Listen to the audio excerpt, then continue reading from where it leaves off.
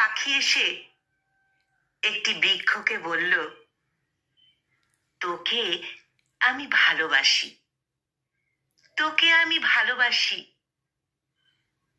বৃক্ষ পাখিটাকে আশ্রয় দিল। তার শরীরের ভেতরে পাখিটা ঘর বানালো। বহুদিন পর পাখিটা আবার বলল, আমাকে আকাশ ডাকছে, আমাকে আকাশ ডাকছে, আমাকে যেতে হবে। বৃক্ষ বলল, ডানা ভেঙে গেলে ফিরে আসিস, আমি এখানেই আছি। সেই থেকে কেউ ভালোবেসে পাখি হয়, আর কেউ হয় বৃক্ষ।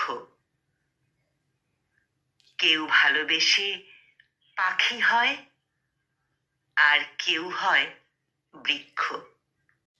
কলমে সবুজ আহমেদ মুরসালিন, আর কণ্ঠ প্রয়াসে আমি নিবেদিতা।